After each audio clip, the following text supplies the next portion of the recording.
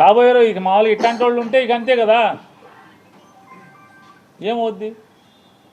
Assembly తలుపు కాడ లోపల తలుపు తీస్తారు మామూలుగా, హాల్లోకి లోపలికి వెళ్ళి అక్కడ బీత్ అనలైజర్ పెట్టి ఎమ్మెల్యేలను కూడా లోపలికి పంపించాల్సిన పరిస్థితి వచ్చేసింది కదా.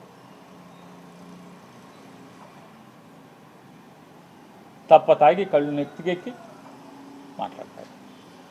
సైకో అంటాడు. ఎవడు సైకో? బాలకృష్ణ ఎవడు సైకో? ఎందుకు సైకో? పవన్ కళ్యాణ్ హోదాని ఆ వెలుగుని చూసి ఏడవలేక సైకో. నువ్వు సైకో. ఎవడికి సైకో? మాకేం సైకో? ఏం చేశాడు సైకో? సిగ్గు లేకుండా నేను కలవలేదని చెప్తావా?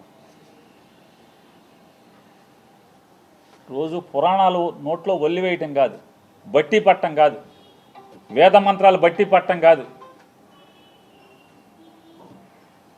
దేవుడి పద్యాలు బట్టి పట్టం కాదు. నాలుక మీద పురాణాలు, ఉపనిషత్తులు, వేదాల్లో ఉన్న వాక్యాలు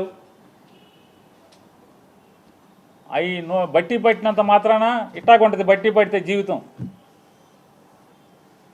బట్టి పట్టిన బతుకులు ఇట్టాగా ఉంటాయి. పేరుకేమో బయట మామూలుగా మైకుచ్చుకుంటేనేమో వేదాలు, ఉపనిషత్తులు అవి మాట్లాడటం ఆ ఊ అని చెప్పని. మనిషిని మందేస్తే ఇది మన తంతు.